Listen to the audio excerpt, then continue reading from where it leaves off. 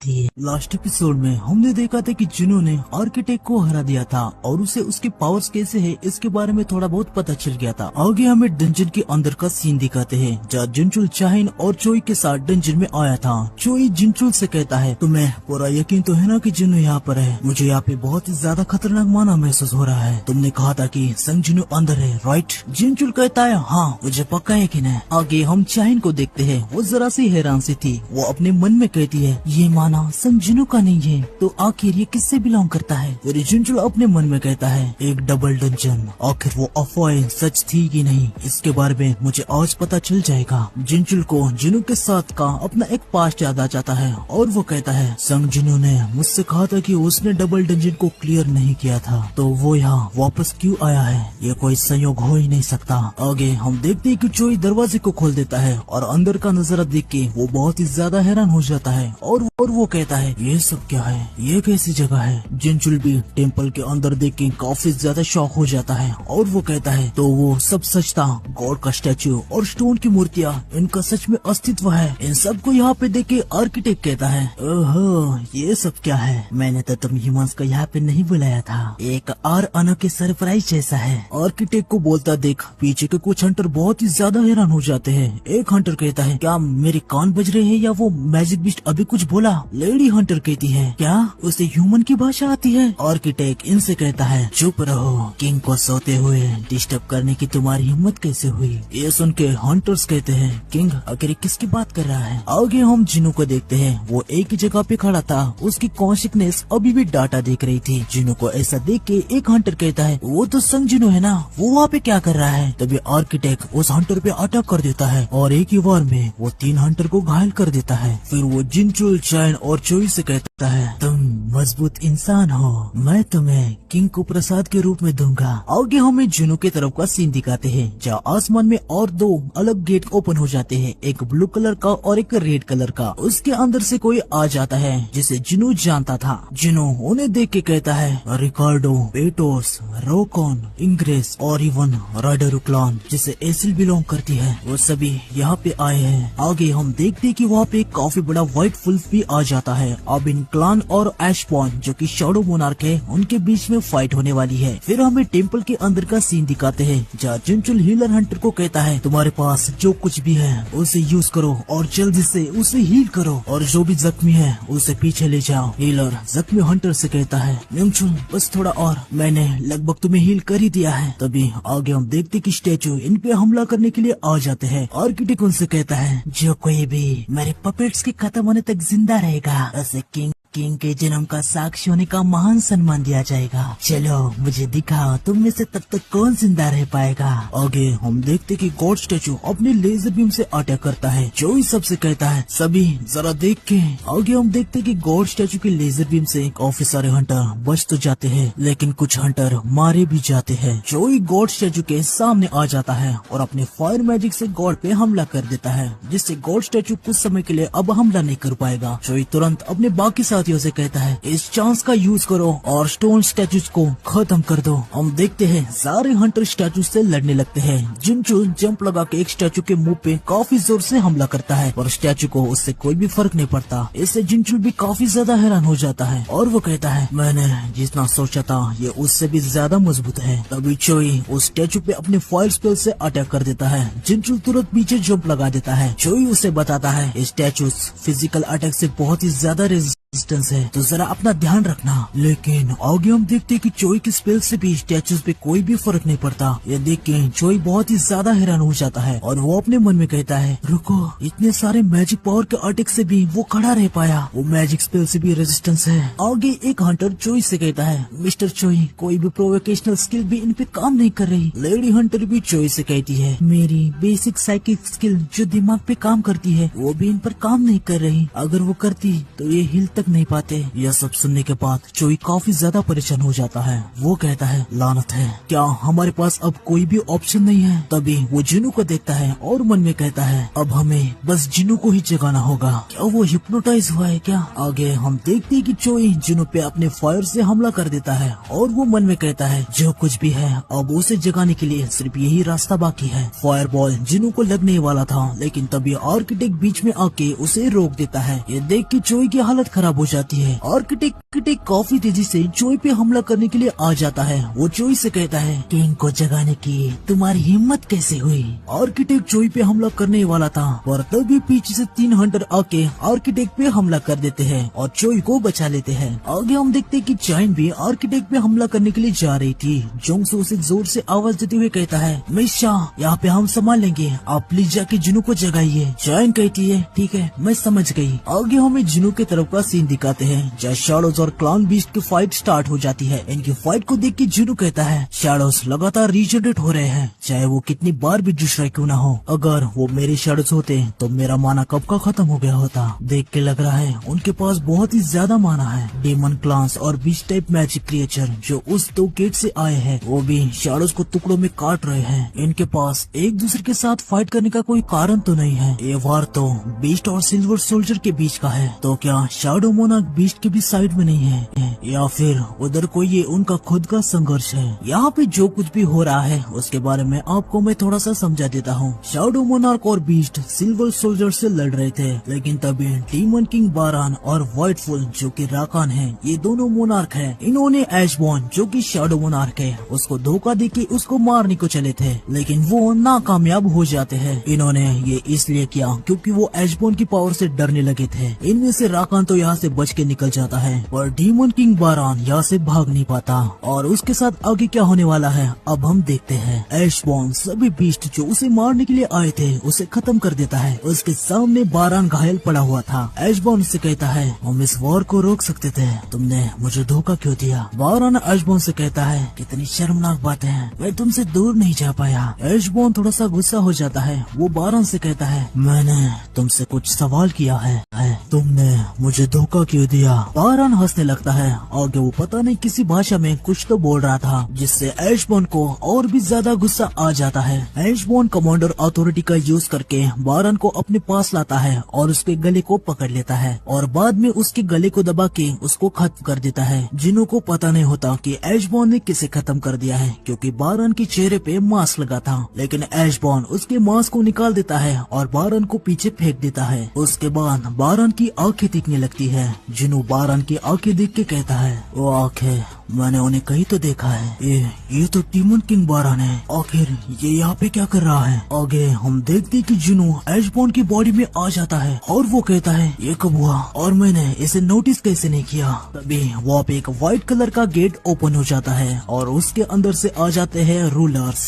System जिन्हों को message देता है और उसे कहता है उसका प्लेबैक यहीं पे खत्म होता है। आगे हमें टेम्पल के अंदर का सीन दिखाते हैं, जहाँ आर्किटेक्ट चाइन से कहता है, तुम काफी मनोरंजक हो, वाकई में मनोरंजक। मेरे डिजाइन को तोड़ने के लिए जरा और कोशिश करो, क्या तुम नहीं करोगी? चाइन अपने शॉर्ट डांस स्किल का यूज करती है और आर्किटेक्ट पे हमला करती है, लेकिन आर्किटेक्ट चाइन के इस हमले को अपनी शॉर्ट से काफी आसानी से रोक देता है और चाइन पर ही हमला कर देता है। आर्किटेक्ट हंसते हुए चाइन से कहता है, बस तुम इतना ही कर सकती हो, वैसे कोई दिक्कत की बात नहीं है, तुम ह्यूमंस निराशा देने में कभी चूकते नहीं। जो सिस्टम मैंने बनाया है वो आने वाले खतरे को पहले ही भाप लेता है और उस पे रिस्पॉन्ड करता है। तुम लोगों के ऐसे बेकार अटैक मेरे क्रिएशन को कभी मार नहीं सकते। मुझे लगता है कि तुम बस इतना ही कर सकते हो। तभी एक हंटर अपनी पावर से आर्किटेक्ट पे हमला कर देती है और वो आर्किटेक्ट को लग भी जाता है। जोई कहता है, हमें जिन्हों को जगाना ही होगा, यही हमारे पास एक रास्ता है। चाइन फिर से आर्किटेक्ट पे हमला करने के लिए जाती है, पर आर्किटेक्ट उस पे हमला कर देता है, लेकिन इस बार चाइन उसके अटैक को डॉज कर देती है। ये देख के आर्किटेक्ट भी थोड़ा सा हैरान सा हो जाता है और वो चाइन से कहता है, तुम मेरे अटैक को डॉज कर पाई, क्या बात है, ये इतना भी बुरा नहीं था। लेकिन तभी आर्किटेक्ट थोड़ा सा हैरान सा हो जाता है। आगे हम देखते कि चाइन के कंधे पे शैडो को देख के वो हैरान हुआ था। आर्किटेक्ट कहता है, इस रूम के रूल्स फोर्थ शैडोज को आने से मना करते हैं, पर बिना शक के वो एक शैडो है। सोचने से ऐसा लग रहा है कि किंग ने शैडो को उसके अंदर प्लांट किया है। आगे आर्किटेक्ट चाइन से कहता है, तुमने इस जगह को कैसे ढूंढा और संजुनो के साथ तुम्हारा कैसा रिलेशनशिप है? चाइन उसे कहती है, हम फ्रेंड्स है और हम यहाँ उसे रेस्क्यू करने के लिए आए हैं। ये सुन के आर्किटेक्ट कहता है, शायद से ये किंग का काम नहीं था। ठीक है, मैं तुम्हें एक मौका दूंगा। आज एक महान मोनार्क इस दुनिया में अवतार लेने वाला है और मैं तुम्हें इस ग्लोरियस मोमेंट का साक्षी होने का मौका का मौका देने वाला हो। हालांकि तुम सारे छोटे फ्रेंड्स अब यहाँ पे मरने चाहिए। तभी जुनू कहता है मेरे रहते नहीं। ये सुन के आर्किटेक्ट बहुत ही ज्यादा हैरान हो जाता है। आगे जुनू आर्किटेक्ट को एक जोरदार पंच करता है जिससे आर्किटेक्ट का जबड़ा टूट जाता है। फिर जुनू उसे पूछता है तुमने मेरे बॉडी के साथ क्या किया। जुनू को ऐसा देख के सभी जन काफी ज्यादा शॉक हो जाते हैं। आर्किटेक्ट को भी कुछ समझ नहीं आता कि यहाँ पे आखिर हुआ क्या है। वो जुनू से कहता है लगता है तुम किंग नहीं हो पर तुम उसकी जगह पे यहाँ पे क्या कर रहे हो। ब्लैक हार्ट के साथ तुम अपने कॉन्शियसनेस को कैसे मेंटेन रख पाए। ये सुन के जुनू अपने मन में कहता है ब्लैक हार्ट तो ये इतना क्रेजी माना इस ब्लैक हार्ट की वजह से आया है। आगे सिस्टम जुनू को मैसेज देता है। हम देखते हैं कि जुनू को डीमन हंटर का टाइटल मिल गया है। अब जुनू के सारे पावर्स और स्किल्स वापस आ गए हैं। साथ ही अब जुनू को सिस्टम का एक्सेस भी मिल गया है। ब्लैक हार्ट की वजह से जुनू को 1 लाख से भी ज्यादा माना मिल चुका है। और आर्किटेक्ट को देखते हुए जुनू अपने मन में कहता है इसके रिएक्शन को देखते हुए मुझे 2 चीजों के परिणाम लग रहे हैं। ये ब्लैक हार्ट इस बंदे की स्कीम का प्रोडक्ट नहीं है। इसके अलावा ये कभी नहीं चाहता था कि मेरी पावर्स बढ़े, लेकिन जो डाटा मुझे मिला था उसने मुझे सारे जवाब नहीं दिए। मैंने पूरी कहानी अभी तक नहीं सुनी है। आगे जुनू आर्किटेक्ट से कहता है तुमने कहा था कि तुम मुझे प्लेयर चुनने के खिलाफ थे, पर आखिर ये प्लेयर क्या है और तुम मेरे साथ क्या करना चाहते थे। आर्किटेक्ट समझ जाता है कि आखिर हुआ क्या है। वो कहता है क्या ऐसा हो सकता है शैडो मोनार्क, आप हमारे साथ ऐसा कैसे कर सकते हैं। यहाँ पे क्या हुआ है इसके बारे में मैं आपको जरा डिटेल में समझाता हूँ। जुनू अभी जिस प्रोसेस में गया था उस प्रोसेस के खत्म होने के बाद शैडो मोनार्क यानी एशबॉर्न जुनू के बॉडी पे कंट्रोल लेने वाला था, और इसके बजाय एशबॉर्न ने अपनी सारी पावर जुनू को दे दी और उसने आर्किटेक्ट को धोखा दे दिया। अभी एशबॉर्न जुनू के ही अंदर पर है। वो अपनी बाकी की जिंदगी बस शांति से जीना चाहता है। शैडो मोनार्क की इस हरकत की वजह से आर्किटेक्ट को बहुत ही ज्यादा गुस्सा आ जाता है और वो कहता है तुम्हें लगता है दूसरे मोनार्क तुम्हें ऐसे ही दूर जाने देंगे। जुनू अपने डैगर्स को निकालता है और उसे आर्किटेक्ट के सामने लाता है और वो उसे कहता है बस मेरे सवाल का जवाब दो। लेकिन आर्किटेक्ट हंसने लगता है और उसे कहता है तुम अनप्रेडिक्टेबल हो। अब मैं समझा कि क्यों तुम्हें चुना गया। आगे सारे हंटर अचानक से शॉक होने लगते हैं और वो कहते हैं स्टैचूज एवन जो पहले एक जगह पे रुके हुए थे वो भी अभी हिलने लगे हैं। आर्किटेक्ट हंसने लगता है और वो जुनू से कहता है अगर मैं मर गया तो कोई भी मेरे पपेट्स को रोक नहीं सकता। अभी सोचो क्या तुम अभी भी मुझे मारोगे। जुनू रेज में आ जाता है और वो आर्किटेक्ट से कहता है क्या होगा अगर मैं तुम्हें भी मार दूं और तुम्हारे पपेट्स को भी खुद से हरा दूं। आर्किटेक्ट जुनू से कहता है मैं सिस्टम का आर्किटेक्ट हूँ, अगर तुमने मुझे मार दिया। तभी जुनू कहता है तो क्या मैं फिर से ए रैंक का हंटर बन जाऊंगा। वैसे सच कहूँ मैंने इसके बारे में सोचा था, लेकिन सिस्टम का क्रिएटर ही मर जाए तो सिस्टम खत्म हो जाएगा। मैंने सही कहा ना। ये सुन के आर्किटेक्ट की हालत खराब हो जाती है। आर्किटेक्ट खुद ही सिस्टम को डिलीट करने चला था, लेकिन अब बहुत ही ज्यादा देर हो चुकी थी। जिन्हों ने सिस्टम को फाड़ दिया था, मतलब जिन्हों के पास अभी सिस्टम का सारा एक्सेस है। जब आर्किटेक्ट सिस्टम को एक्सेस करने की कोशिश करता है उसे सिस्टम का एडमिनिस्ट्रेटर का एक्सेस नहीं मिलता। ये देख के आर्किटेक्ट बहुत ही ज्यादा हैरान हो जाता है और वो कहता है सिस्टम मुझे एक्सेस से डिनाई क्यों कर रहा है। जिनो आर्किटेक्ट से कहता है तुम्हें पता है मैंने एक बार कहा था मैं इस सिस्टम को निगल जाऊंगा, लेकिन मेरे लिए लकी रहा तुम्हारे डिजाइन में काफी सारी कमियां थी। ये सुन के आर्किटेक्ट को बहुत ही ज्यादा गुस्सा आ जाता है। वो जुनू से कहता है तुम्हारी हिम्मत कैसे हुई। आगे जुनू अपने डैगर से आर्किटेक्ट को काट डालता है। मरते मरते आर्किटेक्ट जुनू से कहता है मुझे एक भविष्यवाणी करने दो। जब आकाश को सहारा देने वाले आउट के स्तंभ खड़े किए जाएंगे, एक अटल डेथ तुम्हें ढूंढते हुए आएगी। जुनू उसे कहता है मैं ऐसा ही चाहता हूँ। आगे हमें डंजन के बाहर का सीन दिखाते हैं, जहाँ पहले वाली स्ट्राइक स्क्वाड कवरेज गिल्ड जो पहले डंजन के अंदर थी, उनमें से एक हंटर कहता है उनको गिल्ड के अंदर जाए हुए 1 घंटे से भी ज्यादा का समय हो चुका है, उनको इतनी देर क्यों लग रही है। साइड की लेडी हंटर कहती है अगर हमारा गिल्ड इसमें शामिल होता तो हम पूरी तरीके से बर्बाद हो जाते। आगे हम देखते कि सभी गेट से बाहर आ जाते हैं। चोई और चाइन काफी ज्यादा घायल थे, साथ ही बाकी के सारे हंटर को भी कहीं ना कहीं पे चोटें आई थी। ये सब देख के कवरेज गिल्ड की स्ट्राइक स्क्वाड काफी ज्यादा हैरान हो जाती है। वो हंटर मन में कहता है, मुझे तो यकीन ही नहीं हो रहा, हंटर गिल्ड के इलाइट हंटर इतने पीटे हुए दिख रहे हैं। आखिर इस सी रैंक के गेट के अंदर हुआ क्या? जिनचू कवरेज गिल्ड के मेंबर के पास आता है और उन्हें कहता है, तुम सभी कवरेज गिल्ड से हो ना? क्या आप सभी घायलों को ले जाने के लिए हमारी हेल्प करेंगे? कवरेज गिल्ड का हंटर कहता है, हाँ बिल्कुल, क्यों नहीं। जिनों को देखते हैं वो मन में कहता है, शायद रियल आर्किटेक्ट कहीं और है। मुझे कुछ जवाब तो मिले हैं लेकिन सारे नहीं। वैसे भी मुझे नहीं लगता कि वो सब कुछ बताने के लिए इतने समय तक रुका था। आगे जिनचुल जिनों से कहता है, मिस्टर संघ, 20 हाई रैंक के हंटर आज के एक्शन में मारे गए। इससे कहा जा सकता है कि अगर डंजन ब्रेक हो जाता तो अविश्वसनीय डैमेज हो जाता, लेकिन आपने कहा था कि आप अकेले खुद से इस डंजन को क्लियर करेंगे। जिनों मन में कहता है, मैंने कवरेज गिल्ड को डबल डंजन के बारे में रिपोर्ट करने को कहा था। मुझे नहीं लगा था कि मेरी हेल्प करने के लिए कोई आएगा। मेरी वजह से आज ये हंटर मारे गए हैं। हंटर गिल्ड और सर्विलियंस टीम की वजह से आज मैं बच पाया हूँ। आगे जिनचुल जिनू से कहता है, जब एस रैंक का हंटर एक्शन करता है तो हमेशा सर्विलियंस टीम को नोटिफाई किया जाता है। आपको ये कैसे पता चला कि यहाँ पे डबल डंजन है? जिनू उससे कहता है, डंजन ने मुझे खुद बुलाया था। ये सुन के जिनचुल कहता है, क्या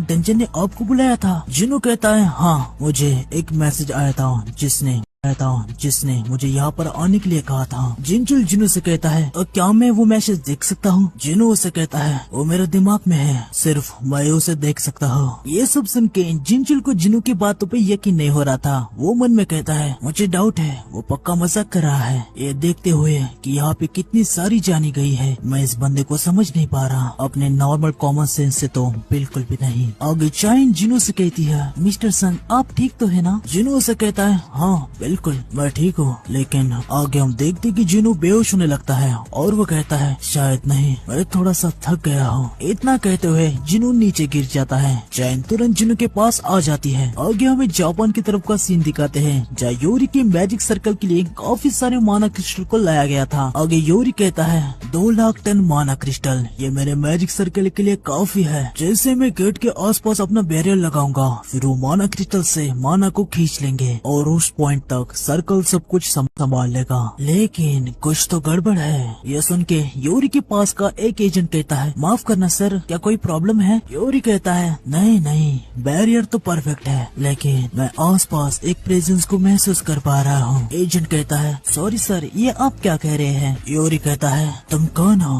अपने आप को दिखाओ। एजेंट योरी से कहता है, डंजन ब्रेक कल होने वाला है, तो क्या किसी के पास इतना दम है कि वो इस टाइम पे रास्ते पे आए? योरी एजेंट से कहता है, मैंने ये तो नहीं कहा कि वो एक पर्सन है। ये सुन के वो एजेंट काफी ज्यादा हैरान हो जाता है। आगे हम देखते कि वहाँ पे जिनू के पापा संगिलवान आए थे। वो कहते हैं, अच्छा, एक इंसान जिसके पास शार्प सेंसेस है। वैसे मुझे नहीं लगता कि इसमें कोई दिक्कत की बात है, देखा जाए कि उसकी पावर्स कहाँ से आ रही है। आगे जिनू के पापा आसमान के गेट को देखते हुए कहते हैं, आखिर ये शुरू हो गया, सब कुछ प्लान के हिसाब से ही चल रहा है। आगे हम देखते कि वहाँ पे मिलिट्री और टैंक्स वगैरह आ चुके थे। उसे देख के कनाए कहती है, नए जमाने के हथियार इन मैजिक बीस्ट के खिलाफ ज्यादा इफेक्ट नहीं करेंगे, तो आर्मी को यह बुलाना तो कोई सेंस की बात नहीं बनती। सुगीमोटो उससे कहता है, अगर योरी की स्ट्रेटेजी फेल हो गई तो हंटर को अटैक करने के लिए सामने वालों को हमारे लिए कुछ समय निकालना होगा। कनाए हंसते हुए कहती है, तो वो बस ह्यूमन शील्ड्स की तरह है। सुगीमोटो कनाए से कहता है, जब तक हम भी ऐसे ही सामने खड़े हैं,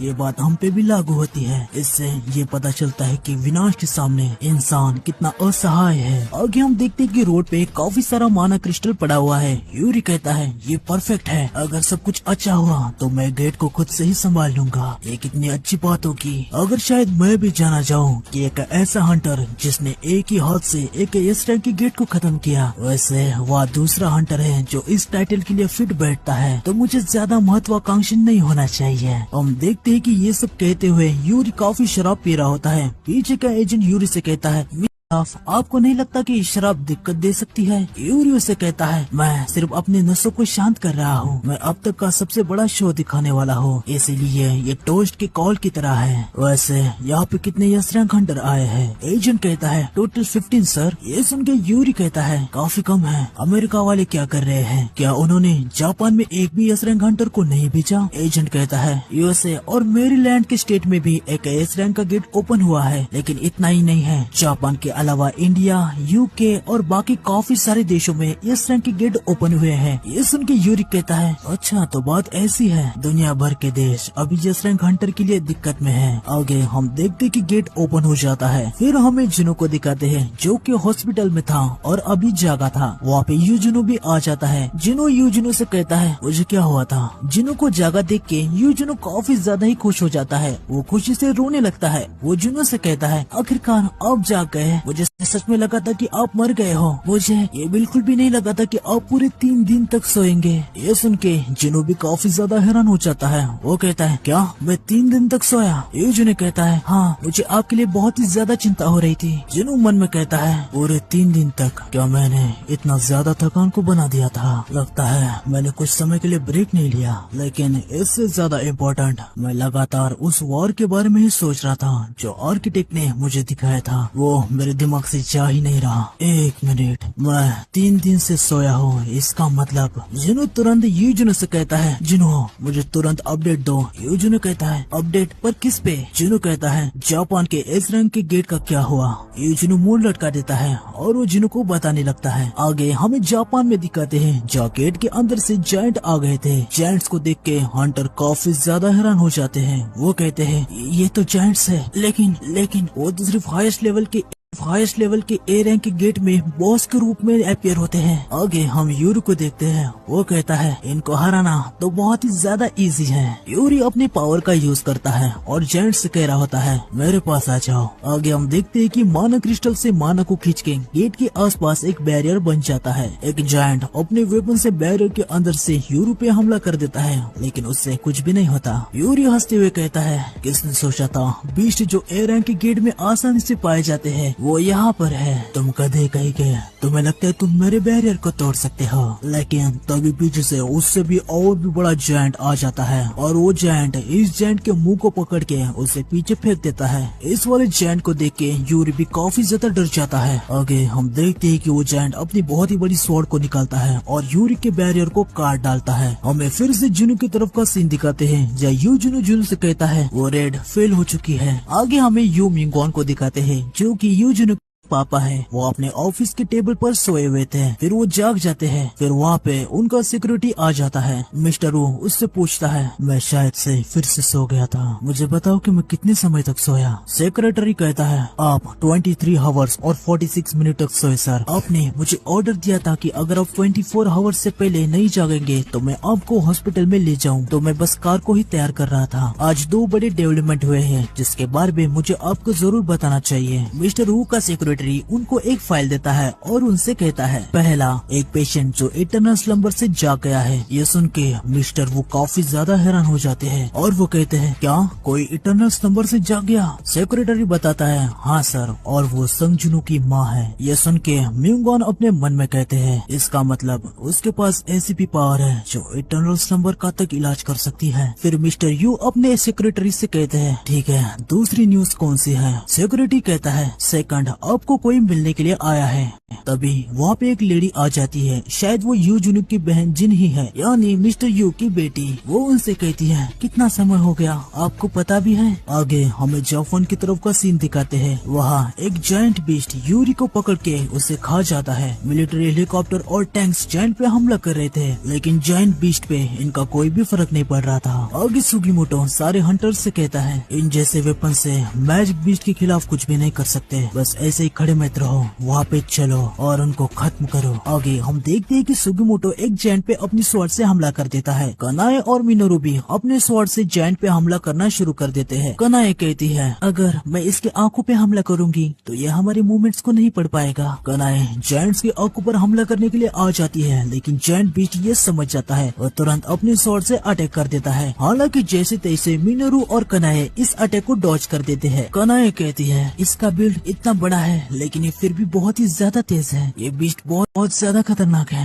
आगे हम एक हेलीकॉप्टर को देखते हैं जहाँ कैमरामैन ये सब कुछ रिपोर्ट कर रहा होता है। वो कहता है हम टोक्यो सिटी के ऊपर उड़ रहे हैं। इतनी दूरी से भी हम देख सकते हैं कि शहर पूरी तरीके से तबाह हो चुका है। आगे हम देखते कि जुनो अपने घर की टीवी में यही न्यूज देख रहा होता है। वो मन में कहता है अगर ऐसा ही चलता रहा तो ये गेट भी जेजो आइलैंड की गेट की तरह पूरे एशिया को खतरे में डाल देगा। मुझे जल्दी वहाँ जाना होगा। लेकिन तभी पीछे से जिन्हा जिनो से कहती है जिनो मत जाओ। जिनो उससे कहता है तुम्हारा क्या मतलब है। जिन्हा उसे कहती है मुझे पता है कि तुम वहाँ जाओगे। हम देखते हैं कि जिन्हा अभी भी उसके स्कूल में हुए इंसिडेंट की वजह से काफी ज्यादा डरी हुई है। जिनो इस बात को समझ जाता है और वो जिन्हा से कहता है मैं नहीं चाह रहा। वैसे भी कुछ दिनों से मैंने बहुत ज्यादा काम किया है तो मेरा प्लान काफी टाइम तक ब्रेक लेने का है। आगे जिनो जिन्हा के सर पे हाथ रख के कहता है जिन्हा तुम्हें चिंता करने की कोई भी जरूरत नहीं है। जिनो बाहर के एक बेंच पे आके बैठता है। जिनो बेरू को बुलाता है। बेरू जिनो से कहता है मेरी मैजेस्टी मेरा मतलब मेरे किंग।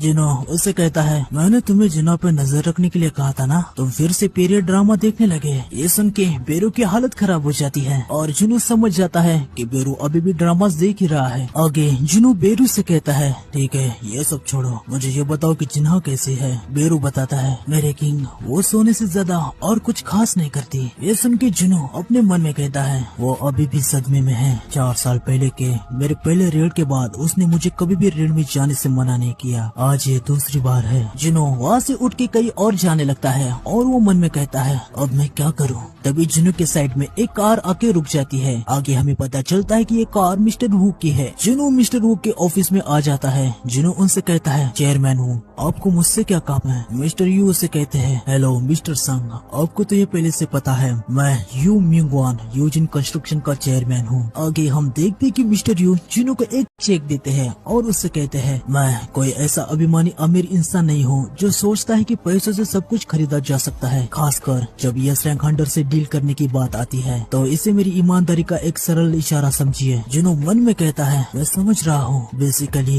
ये कहना चाहते हैं कि हम कुछ ऐसी बात करने वाली है जो इस रूम से बाहर नहीं जानी चाहिए। मुझे नहीं लगता कि ये मुझे अपने गिल्ड में ज्वाइन होने के लिए यहाँ पे लेके आए हैं। जिनो मिस्टर यू से पूछते हैं आप मुझसे क्या चाहते हो। मिस्टर यू कहते हैं अगर मैं सच कहूँ तो मैं उस बीमारी से गुजर रहा हूँ जो आपकी माँ को हुई थी। ये सुन के जिनो बहुत ही ज्यादा हैरान हो जाता है। वो तुरंत मिस्टर यू से पूछता है क्या जिनो को इसके बारे में पता है। मिस्टर यू कहते हैं मेरे डॉक्टर के अलावा मेरी वाइफ और मेरे सेक्रेटरी बस इनको ही इसके बारे में पता है, जो कि टोटल 3 लोग हैं। ये सुन के जिनो कहता है इसका मतलब मैं चौथा हूँ। मिस्टर यू कहते हैं हाँ, जब मैं इसके इलाज के बारे में बहुत ज्यादा ढूंढ रहा था तब मुझे पता चला कि सिर्फ एक ही पर्सन है जो इस बीमारी से दूर हुआ है और मुझे नहीं लगता कि ये कोई कोइंसिडेंस है कि वो व्यक्ति और कोई नहीं बल्कि आपकी माँ है। मुझे आपसे जो चाहिए वो बस है सच्चाई। अगर आप मेरी हेल्प कर देंगे तो मैं कसम खाता हूँ कि मैं आपकी इस काइंडनेस को कभी भी नहीं भूलूंगा। यह सब सुनने के बाद जिनो अपने मन में कहता है आज मुझे ऐसा लग रहा है कि निर्णय लेने के लिए मुझे मजबूर किया